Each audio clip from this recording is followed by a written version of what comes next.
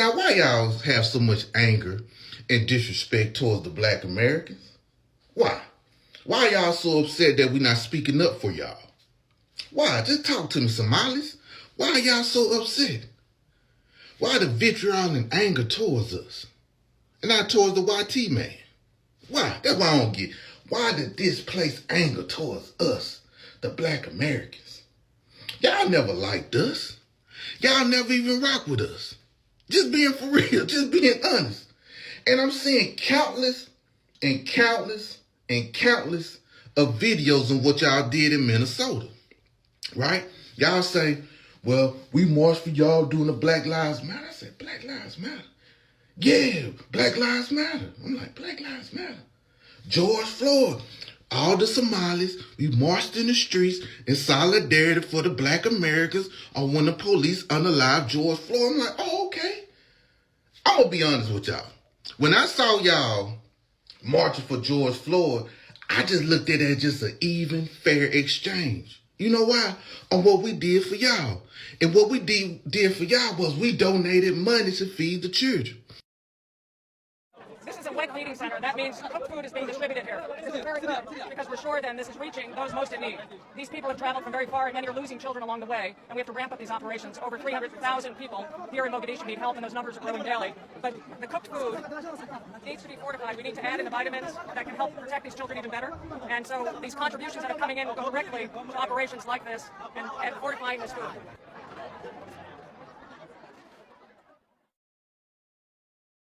See, a lot of the commercials that we seen back in the day, maybe 30 years prior, or even 2011, matter of fact, I'm going to use 2000, even in 2011, black Americans sent money to Somalia to feed the people. Your people. We sent money there. Even in the early 90s, we sent money to y'all to feed the children. So we seen them little babies with the ribs showing. We seen them videos of them telling us that how women walk 100 miles with the babies, and some of the babies didn't make it so they can get to the food center where we was giving y'all food. That was our money that we sent. So least y'all can do is march for George Floyd. So now it's an even exchange. We don't owe you nothing. You don't owe us nothing. You get what I'm saying? We fed the children out there. So don't bring up this what y'all did for us in George Floyd. But don't bring up how we fed the children. Because keep in mind, even Michael Jackson had y'all in the videos. You get what I'm saying? Back in the 80s, early 90s, he had y'all in the videos. With the starving babies with the big head like mine. Maybe a little bigger. Some of them babies' head was big as mine. But we felt bad for you, Somalis. And I thank y'all for marching. Now, we don't owe you nothing now. You don't owe us nothing, and we don't owe you nothing. Okay? Y'all have a good one, Somalis. Why everybody always want to blame us? We can't say nothing. Look, if we quiet, we wrong. If we talking, we wrong. If we sitting, we wrong. We standing, we wrong. If we eat at this restaurant, we wrong. Man, it's like, bro, like why everybody got to always be on our head? Why? I'm still trying to figure that part out. What is so special about us that, oh my God, if black Americans say something, it is the end of the world. If we criticize you, oh my Lord, you know what I'm saying? If we don't fight for you, we hateful. But you know what it is, y'all, let me tell y'all what it is. Other groups expect us to be the servant of all. We're supposed to be the perpetual fighters, the perpetual slaves of all. And because we're not doing that anymore, people trying to play the psychological game with black Americans and trying to lay accusations of, you know, oh, well, y'all hate us. See, it's two ways they try to get you psychologically. The first is you hate us and try to get you to say, oh, no, I don't feel that way. Oh, no. And try to get us to kind of come back that way. Or they'll overly compliment and say, well, black Americans, they're right about things. And black Americans, you know, you are fighters and you made a way for us and all this stuff. And I'm like, why are you saying that now? Why you didn't say it a long time ago? That don't make, I mean, we get it, but why now? Oh, I've seen the light and black Americans were right about the whole thing. And at the same time, the Somali community did vote in a lot of numbers for Trump. Hello, brothers and sisters. Now, we are seeing a large number of Somalis coming out to ask for help from the black community. We must also not forget that some of the Somalis have always been distancing themselves from being black and anything that relates to it. Now, do you really think by trying to drag the black people into their problems will actually solve this? Now, this is not a call for division, this is a call for unity. By talking the truth, this is how we are going to solve the problems that we have as the black people. Let's watch this video, then have a really quick discussion at the end of it. Thank you so much. Well, social media's done it again. It never ceases to be just nonstop vitriol in every direction. So this wonderful commenter has left no less than 10 messages on one of my videos about Roe. If you don't remember what happened, look it up. If you want to know the updates, look it up. Because this has gotten me thinking about a psychological concept, because that's what I do. And that concept is called the truth default theory.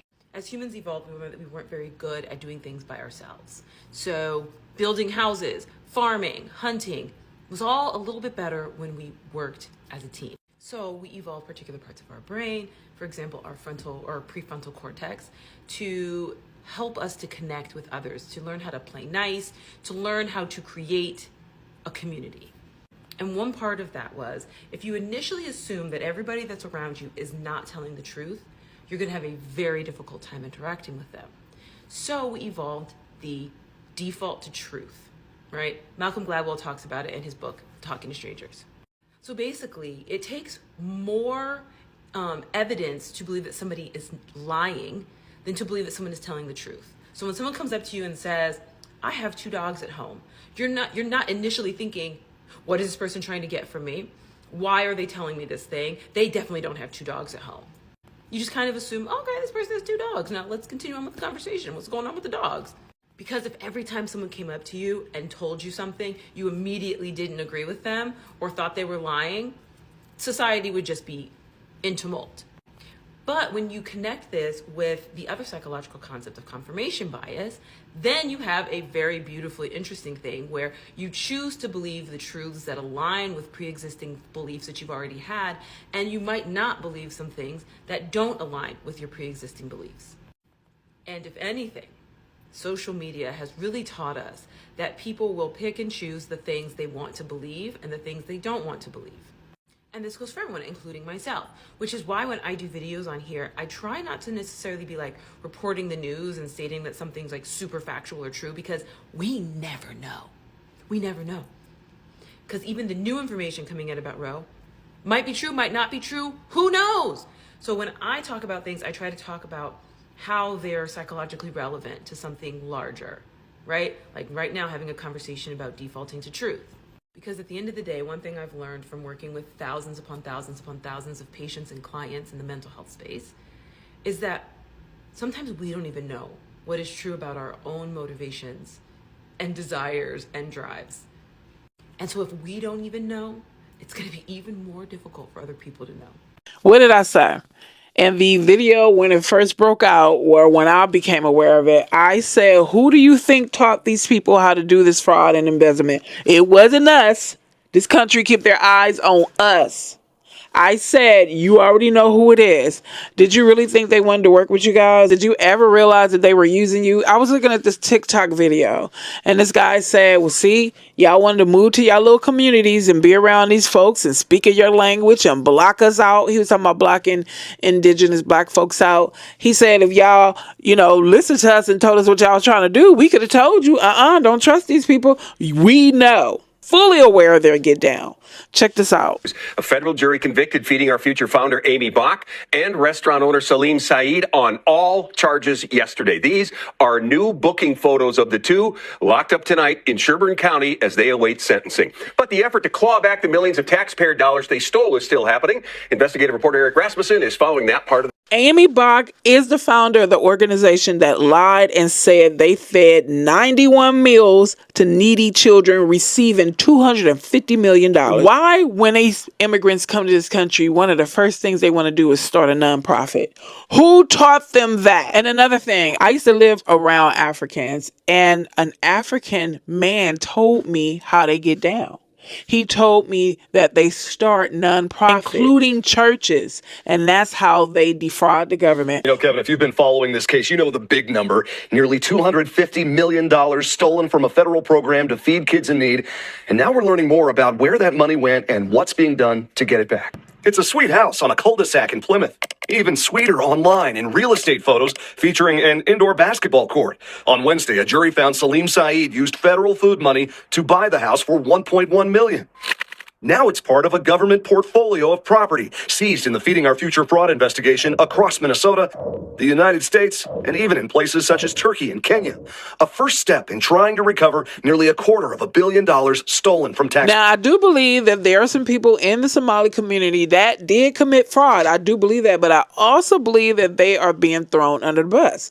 I believe, because you know it's easier for immigrants to come over here and commit all kind of crimes and build criminal empires, right? Until this country don't need them anymore. But anyway, I believe they were taught by those people who think they're in charge of everything, because they're the ones who get mainly busted for white collar crimes.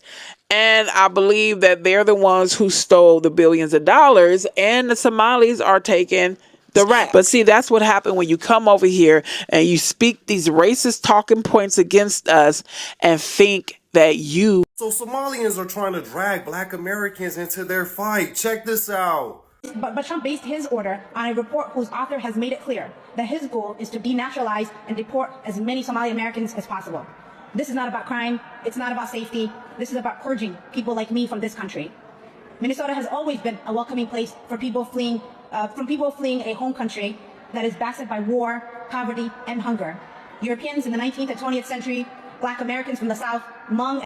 That was a call for allyship, and they threw the race card out there. We're all black. What happened to I'm not black, I'm Somalian? And what happened to the call of allyship when y'all was scamming Minnesota out of hundreds of millions of dollars? They only pull out the race card when it's beneficial to them, because before this, they'll tell you, you're jealous because Somalians are driving Priuses. And there's no allyship when they taking advantage of all these government assistance programs. HUD, public housing, they're not going to let you in their building that they're in. And these are the same people that will tell you, if you Black American Somalians will say, hey, my people came over here in planes and your people came over here in shackles and chains. Keep that same energy. I respect that. Since me and my peoples came over here in shackles and chains in a ship, I'm porting my ship right here. This is where I'm going to port my ship.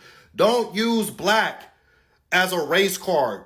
Don't use black when it's beneficial. Keep that same energy. You not black, you Somalians. You not black, you Nigerians. Keep that same energy. Because when it's time to benefit all these government programs, like housing, all that stuff, they lock other people out. They don't care about nobody else but their own people. So why you yelling allyship now? And now I'm understanding, and you're going to look at, I hear they ripped off Somalians. Ripped off that state for billions of dollars, billions, every year, billions of dollars, and they contribute nothing. The welfare is like 88%. They contribute nothing. I don't want them in our country, I'll be honest with you. Okay? Somebody say, oh, that's not politically correct. I don't care.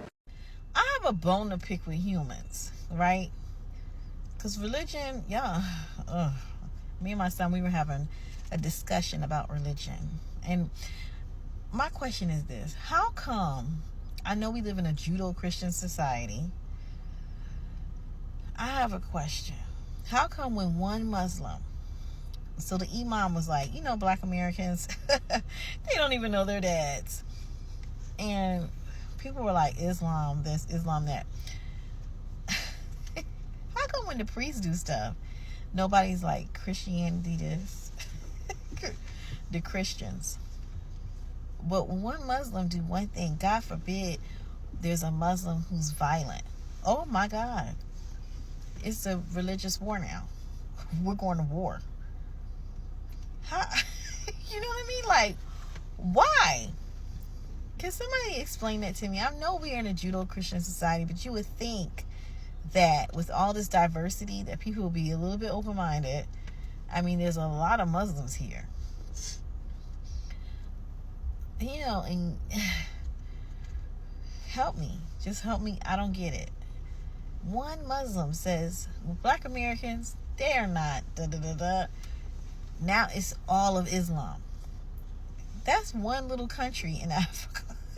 We don't know that, man. You know what I mean? I know Muslims, black Muslims. I know white Muslims here in Atlanta. They don't even know nothing. They don't got nothing to do with that man.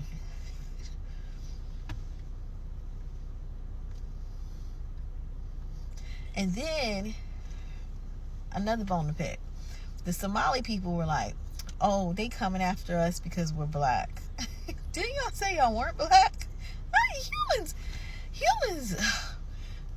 The whole time they were saying that they're not black. We're not black, we're Arabs. We're not black. Am I right or wrong? Now they saying why the black Americans not siding with them because we don't have no daddies. I'm tired. This is just too much. But back to what I was saying, because the KKK, they Christians. Matt, let me tell you something about the KKK. So, I met this white lady, and she was like, yeah, I was going to this church in Smyrna, Georgia, which is kind of Atlanta. And she was like, the church was great, she was growing, and she said one day she was leaving, and she's talking, like, in the parking lot, and she heard somebody say KKK, and she was like, am I hearing things? She was like, am I hearing things? So she asked somebody, was like, what did he just say? And she said the lady was like, he said KKK, you know. And she's like, no, I don't know. But she's from the north. And she said they were like, yeah, we're the KKK. And she said, what the heck? She said the way she ran out that church, but she looked at me, she said, you know what? The scary thing is that they were police officers. They were lawyers. They were like teachers and doctors. She said, what? Georgia is different. But yeah, so with that being said, you know, people don't be like, well, Christianity and the KKK over there talking about sparing me over for another year after they done hung a black man. What? It was literally like praying to God, asking God for this and that, for blessings after they felt like they were doing what? But nobody's like them Christians. But a Muslim do one thing, it's over. It's the Muslims, they're taking over. The Muslims, that's y'all just wow. And share the video, subscribe to the channel. And to the first clip, the opening clip there, don't you find it suspicious that mainstream media is not covering a story where a sitting governor, under his watch, 6.5, upwards of $8 billion has gone missing due to fraud? And mainstream media has decided not to cover it? Don't you find that suspicious? Let's keep going in this video. Hit the like button, share the video, subscribe to the content. You know, like the racists are actually just jealous of Somalis because of how successful we became in a matter of one generation. And I was watching a lot of videos that are coming up on my For You page where people are saying, how come Somalis have nice cars and we don't? We've been here like how many generations? We were born here, our ancestors are from here, but Somalis drive nice cars. This whole thing is just making me realize is jealousy. They're jealous of our success because they expect us like to be at the bottom of the bottom, right? And then we come here one generation, we work hard, we save our money.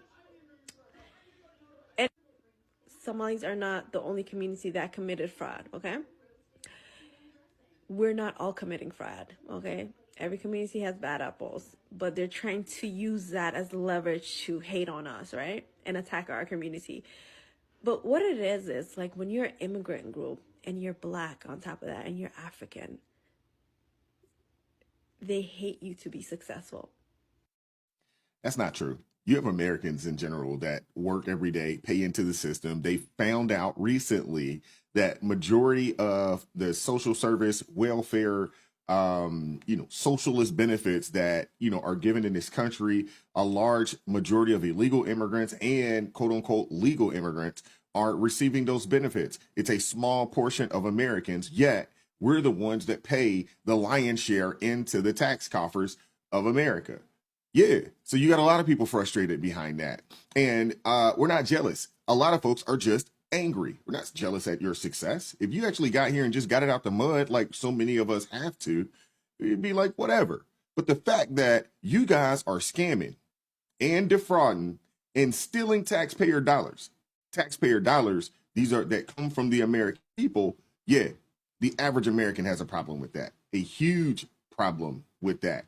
But let me play these next two clips from Ilhan Omar and another Somali individual talking trash about America.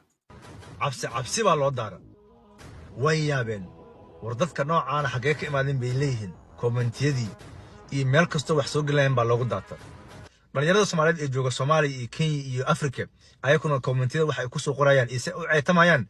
We are Somalis, not black. There, I said it. Somalis are not black. Let me explain why. Looking at me right now, chat, am I black? I'm literally brown. I'm literally brown, bro. Think about it as well. Somalis are Arabs. We're in the Arab leagues. We speak the Arab language. We eat the Arab food. Bro, think about it like this, bro. If a whole community doesn't regard themselves as black, we can't be black, bro. Somalis are not black. Now, before you disagree with me, I just want to say, listen, right? There's no such thing as a term black. The term black only came about in colonization. I don't have to accept that, Sahib. That's why the other day when I was in a place, someone said to me, are you black? I said, I'm not black, Sahib. I don't accept that term. Somalis are not black. There's a difference between African and black. Remember the difference between us and everybody else. Our hair. We have African hair. African people have African hair. But as you can see, the same thing in both places. Hair discrimination in both places. You know? Wherever we was native to, they made us unnative. The first thing they use as an excuse is why y'all the minority. Because you been killing us off and running us out of our land. We will always be the minority when there's more smooth-haired people than people with African hair. Huh? The Somali got smooth hair. The Ethiopian has smooth hair. The Egyptian has smooth hair. The Arab have smooth hair. The Asian have smooth hair. The European has smooth hair. The Neanderthal has smooth hair. The Denisovan has smooth hair. The Neanderthal, the caveman, the Cro-Magnon man has the smooth hair trait. What we not understanding? None of them have African hair. African people produce African hair. That's just point blank. And if you do see a dark-skinned person with smooth hair, he's not African. We do not produce smooth hair. We don't produce smooth hair. That's why in every land, every country, the people are separated solely by hair. And sometimes by hair and nose. And then in other cases, you may have hair, nose, and skin. You see what I'm saying? Hair, nose, and skin. Remember, the African is dealing with the EU melanin. Everybody else is dealing with the pheomelanin. So they're not even dark skinned. They're like a darker red. They're a dark red. So don't get it twisted. Don't get it twisted. Don't get it twisted. Of course we're going to be the minority when there are more smooth-haired people than African-haired people. And that's the difference. But peep game, those are the subtropics. So when you type in the African American, it's all these are subtropics because we are tropical beings, and this is the only place we can be at and not freeze to death. We are not a people of snow. We don't come from snow. We don't come from snow-capped mountains. We don't come from no caves, and we don't come from no sands. That's the difference. We are tropical beings. We come from moist air. We are equatorial beings. So you need an equatorial tropical diet. Point blank. And being in an equatorial tropical environment. Point blank. Point blank.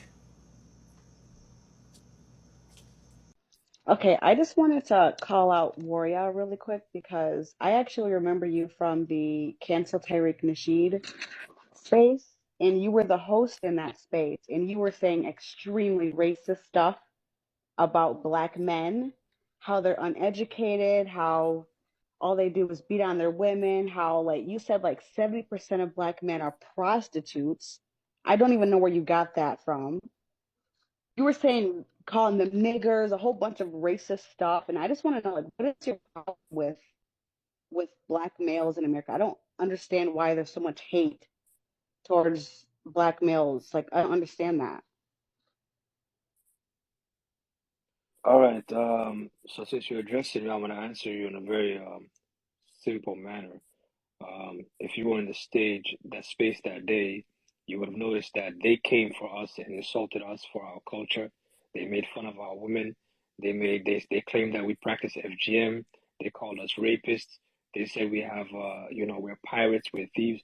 So at the end of the day, you should not dish a meal that you're not ready to be served afterwards. So at the end of the day, people should not get offended when people call you out too for your bullshit. So this conversation that we're currently having right now is not correlated to that space. And at the end of the day, it's true. At the end of the day, African Americans, majority of the men are criminals, such as the guy here who's been in jail 3 times. I don't know where he went, but anyways, go on. I'll let you speak. I'll talk when it's my turn. No, that's all I wanted to say. I just wanted to call you out because I don't know if you're a troll or what, if you want to just make other people laugh, but you were saying some really racist stuff. That's all I wanted to say. Yes, I'm a reformed racist if you read my bio. At the end of the day, Hello, brothers and sisters. I do really hope you're all doing fine from wherever you're watching me from now. I've been seeing videos going around about our brothers and sisters from Somali, both in Minnesota and some part of Minneapolis. And they have been trying to link themselves to the black community. They have been trying to get the black community's attention. They have been trying as much as they can to involve the black community in whatever is going on in America, mostly on their sides. We all know the situation in America today. We all know that Donald Trump is after all those Somalis that he has been talking about. He has been trashing out everything, and he has been saying it all. But is this the real time for people to start the gaslighting games, for people to start pulling blacks into whatever really doesn't necessarily involve the black community? Now, let's talk about this. We've been seeing videos of Somalis on the internet talking about the black community, that they are at risk too, that Donald Trump is both coming for the Somalis and the black community. The reason why I'm putting a difference between the Somalis and the black community in every sentence in this video, it is because of the videos, many videos that the blacks, the Somalis have been doing, trying to distance themselves of not being black. So it will not be fair for me to use Somalis and refer them to blacks, because most of them have been saying that they should indeed be referred as either Arabs or just Somalis. Now, this is not a video to divide the blacks or the Somalis. This is a video to pump reality into whatever is going on in the United States of America today. There are so many things happening in the US today. Let's start with the deportations that Donald Trump has been talking about the Somalis. And we must remember that the Somali community did actually support the Donald Trump campaign. And they really said that Donald Trump aligned with so much of the things they really wanted to be done. And he resonated with them in a very special way. So they felt like it was the very best time to vote for Donald Trump. Now, it is the same Donald Trump who is now going after them. Now, he has put a lot of allegations. I'm calling them allegations because I do not know the authenticity or the truthfulness about the same things going on. But I'm here to remind all of us. I'm here to remind, whether you're black, whether you're white, whether you're brown, I'm here to remind you about some of the few things that you might not think are very important to you, that you might think are not very important to your children or to your family or to your friends.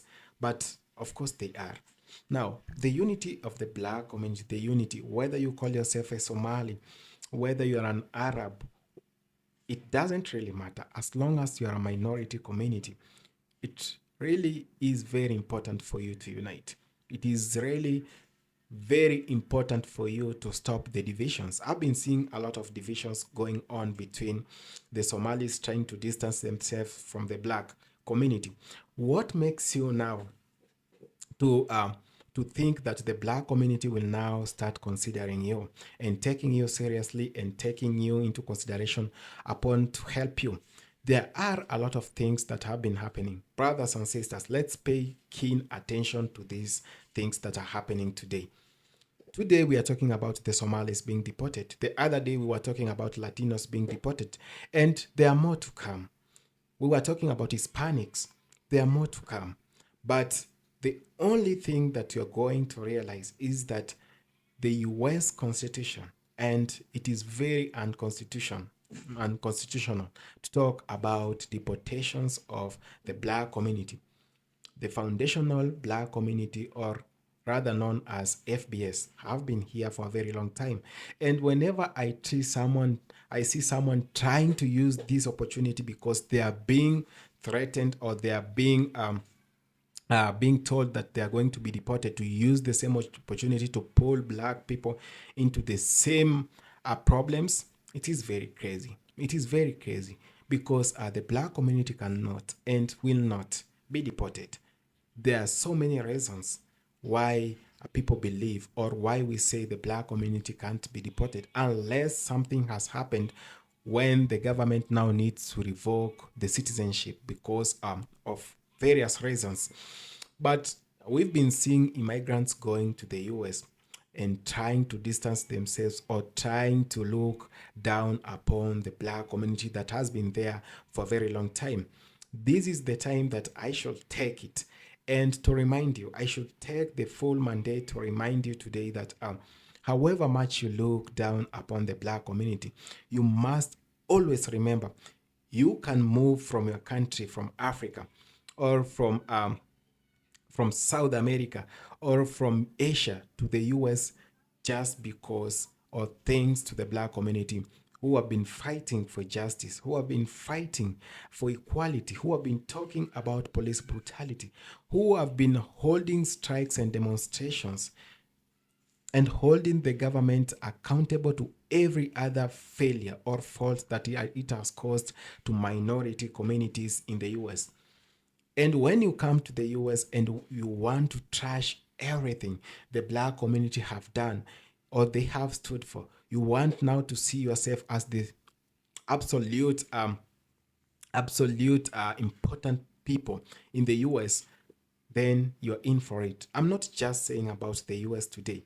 Let me talk about the UK, Europe, and everywhere else where the children of Africa were taken, and most of them were enslaved in those countries. And later on, they have fought for justice, and now they are making ends meet. And they are now becoming very important people in the same society that enslaved and looked down upon them. So, who are you to think that whatever negativity you carry along will affect the same people who have seen it all, who have been here when their leaders were being taken down for talking the truth?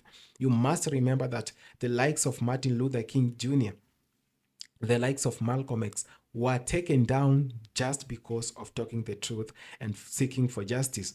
This is why I should take this time also to remind you, however much you try to trash whatever the black community has done, however much you try to play along with your community or nationality cards, it will always come back to the same thing that is happening to the Somalis. How many times have we seen the people who thought the black community are not important coming back, crying for help, coming back, asking for unity and asking for other things or for survival means in the US? So this is not just to praise the black community or to shower them with praises, but this is to remind you, however much you go around, however much we try to trash out whatever they have been doing, it will always come back to the same things that we are now witnessing in the US. Why are so many people now crying to the black people to come and help them? Because, as I've always said, the black community is the epitome of survival, is the epitome of resilience across the world. Tell me someone who will be enslaved for 300 years, but they still come out strong and they can still survive and make ends meet. This is why you all see these people who come there or come in the US with a lot of heat, with a lot of pressure. But later on, they realize, oh Lord, we cannot take this anymore. And you ask yourself, how has the black people or how have the black Americans managed to do this for a very long time? This is a call for unity. This is not a call for division. Whether you're Somali, whether you are from which part of this world, I do not accept the fact that people say Somalis are not Africans. Of course, they're Africans. I know this is a very debatable topic, but for today, let's talk about the unity that we need, not the divisions that we live in. And whenever someone finds or has a problem, they now turn their eyes to the black community. It is not acceptable. It is not acceptable. It is very, very disingenuous of yourself to think that you can only value the black people when it is a time of need, when you only need them. Let's have unity, and that's whatever matters a lot. Thank you so much.